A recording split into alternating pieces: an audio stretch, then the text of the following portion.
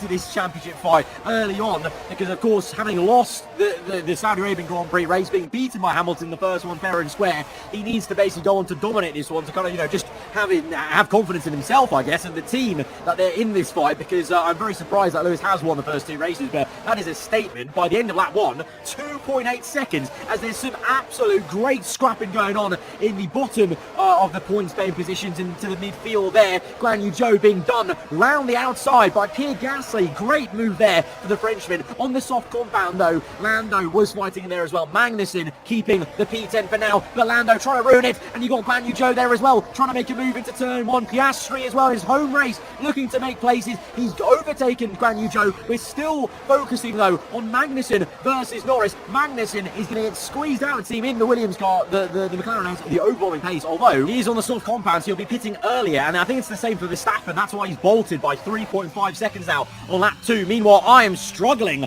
for grip on the rear end there as the oversteer snaps on the curb, and we've got a face full of Ocon behind us in the mirrors. Perez not too far away. Albon pulling away. 1.2 seconds ish to 1 second. I mean, we pull him, if we reel him in a little bit on the straights, because I'm running a little bit of a lower downforce setup, I feel, compared to his default one probably, but at the moment we're feeling all the pressure from the Alpine behind. We're defensive, defending the inside line, and we'll hold the racing line then on the exit, and we'll hopefully allow Ocon just to fall into the collapses of Sergio Perez. Ideally, I need Ocon and Perez to fight, just like in Jeddah, needing the AI to kind of battle each other to help me out and give me a bit of breathing room, and that's exactly what's going to happen. Perez is going to go try and overtake Ocon, but it may not be a fight that lasts long, because Perez is in a Red Bull car, and he goes round the outside to get up into P5, and now he's got clean air to chase after myself. Lap 4, we are settling down now, so 4 laps in, we're now back under a second, and we're gaining on Albon. We're within DRS range now, so, first couple of laps, I will admit, just getting used to the car on the heavy fuel, like I said, with a lower downforce setup,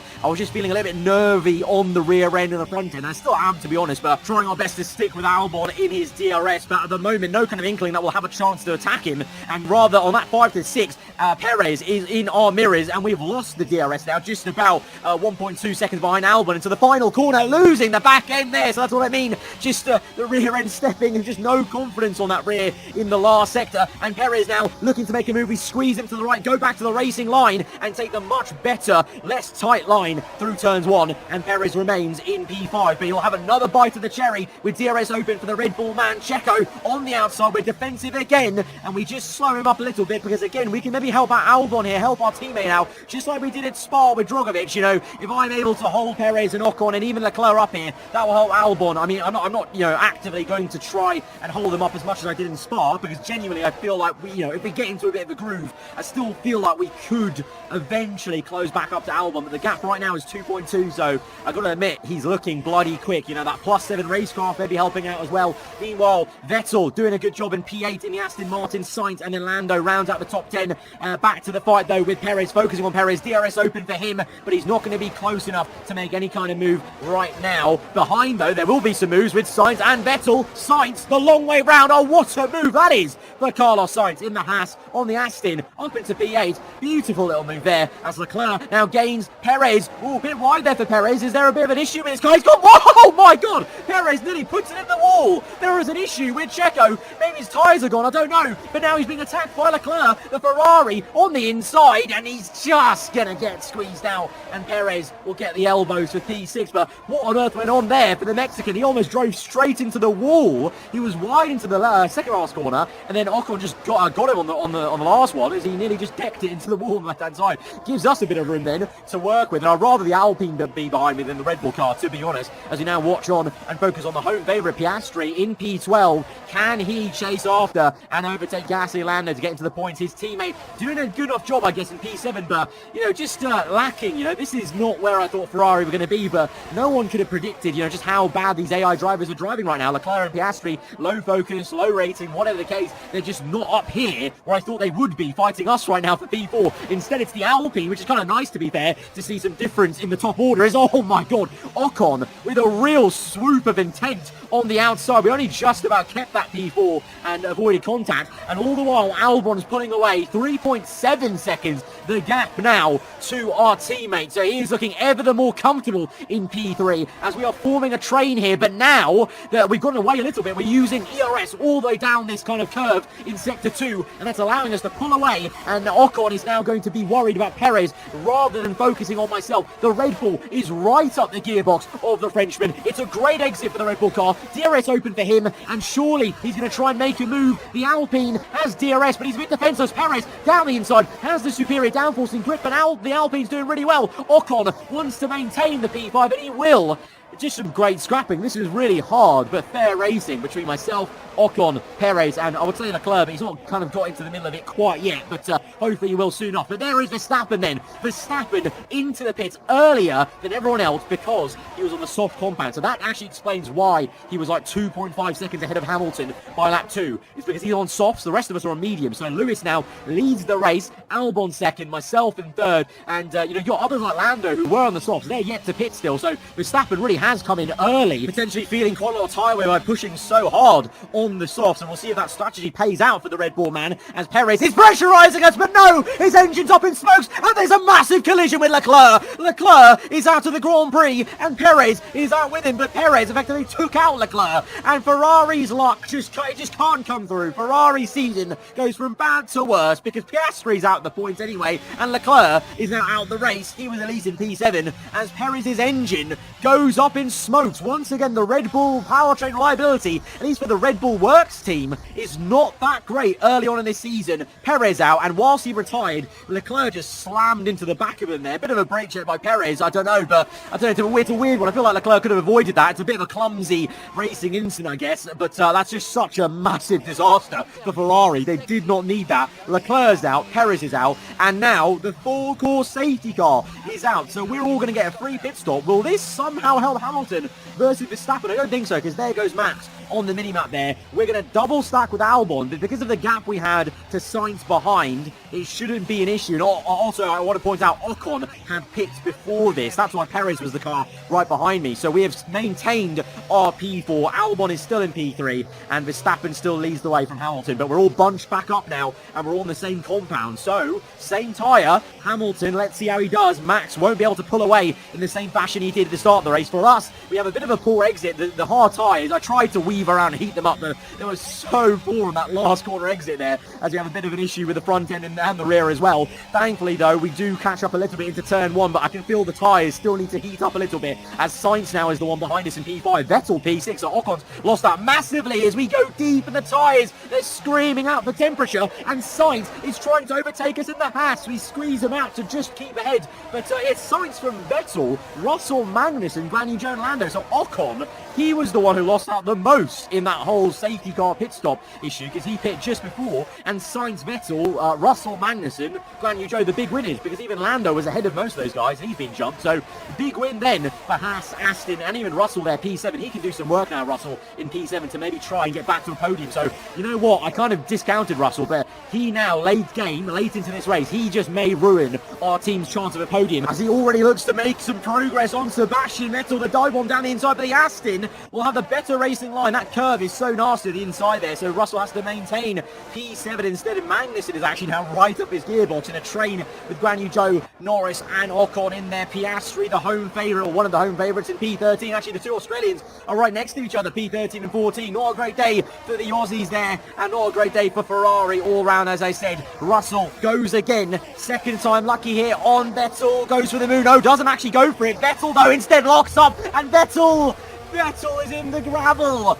Oh, Sebastian Vettel, it was all going so well for him and Aston in the top 10, and that is a costly mistake. Russell up into P6 now, has clean air to chase after Carlos Sainz in the Haas, who he should clear, and then it's about if he's going to catch us, maybe. Magnussen now up to P7 in the Williams. That is a really good position for him, and Guanyu Zhou and Norris. But yeah, this man may just be seeing the silver arrow right behind him. Meanwhile, we are in P4 still, keeping 1.5 on Albon, so it's not as bad as the medium tyre stint was, but But again, I'm not really catching too much on Albon, but I hope I can get into some kind of rhythm, because I really do want to try and attack Albon if I can and just see how we measure up to him. But right now, I've got to say, in terms of how we measure up, he's got me in his back pocket, so I don't know about that. Meanwhile, Verstappen holding off Hamilton. The gap is a lot closer than it was. You can see on the mini-map, Lewis is so much closer within DRS, so it is game on, unlike the first stint. Lap 17 for us, 1.1, 1.0, nearly just under 1 second now. So we are gaining on Albon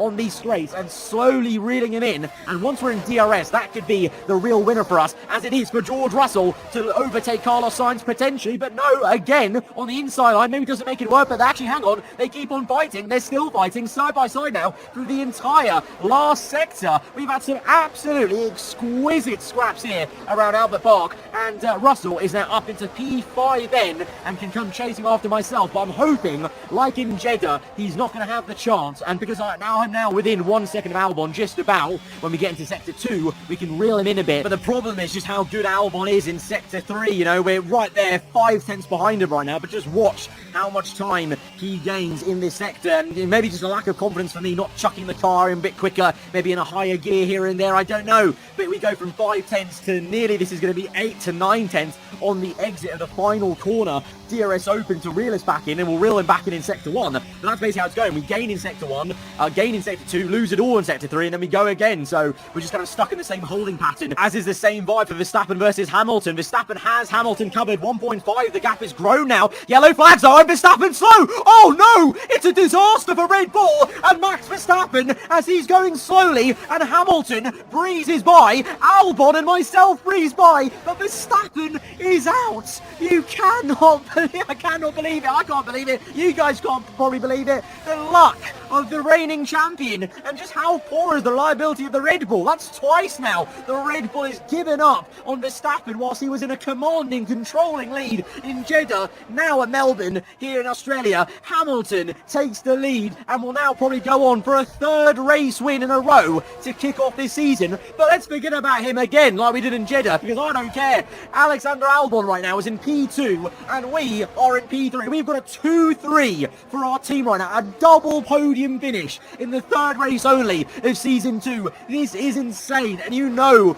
this is, you know, okay, a bit of luck there with Verstappen, but we were there to pick up the pieces because we've actually got the pace. I can't catch my teammate Albon. The AI teammate is legitimately there in P2 right now, thanks to Verstappen's breakdown, but he was there to pick up the pieces. It's just insane stuff how good our car is so early on into this season. At 26 though, the scrapping's not over for cars behind. Magnussen doing excellent now in P6, but not for much longer, because the Alpine pressurizes him into a mistake. He nearly goes straight into the gravel trap. Thankfully for him, and Williams keeps it in P7 at least, as Norris defends the P8 ahead of Ocon there, but it's still that's still going to be an amazing P7 for Magnussen and his new team at Williams. Guan Yu Zhou though, again showing he's maybe trying to become the team leader at Alpine, the newbie, the pay driver in Alpine, stepping on the Frenchman's toes in the French team. Meanwhile, back to our POV. Well, this has been the sight for the entire race. Looking at Albon about 5-6 tenths ahead of us. I'm catching him with DRS, but I've just not had an answer for him. I'll put my hands up. He's just been quicker today. I've been here keeping him honest the entire bloody race. I've been pushing as much as I can, but I just can't gain enough time in these corners to reel him in to make that dive bomb. I hoped I could maybe do it on the last lap, you know, maybe like, you know, save ERS the whole race and then use it all. I am using it all. I'm dumping all my ERS here. We're down to single digits and we're getting 3 tenths close, but I just don't have the front end for it. I think the higher downforce setup for Albon helping out a bit, the default setup versus my own, and so I just can't get it. But you know what? I don't actually really mind that much, because the bigger picture here is that, well, one, a disaster class for Red Bull and Ferrari today. Hamilton gets gifted a 2nd win after Jeddah and makes it 3 in a row, but it's going to be the team's first double podium. Soak it up, drink it in, because this moment is going to be absolutely golden. It's 18 points for Albon, 15 for us. That is absolutely awesome. Back-to-back podiums from Jeddah to the Albert Park, and it's a double podium, 2nd and 3rd. This is the most insane start to Season 2 ever. That's it for another Grand Prix and a fantastic win for Mercedes. So, Natalie, what do you think helped them deliver this result? I think that smart tyre management on track and very smooth driving definitely assisted in their victory today. That combination meant they got the absolute maximum out of their tyres at all times.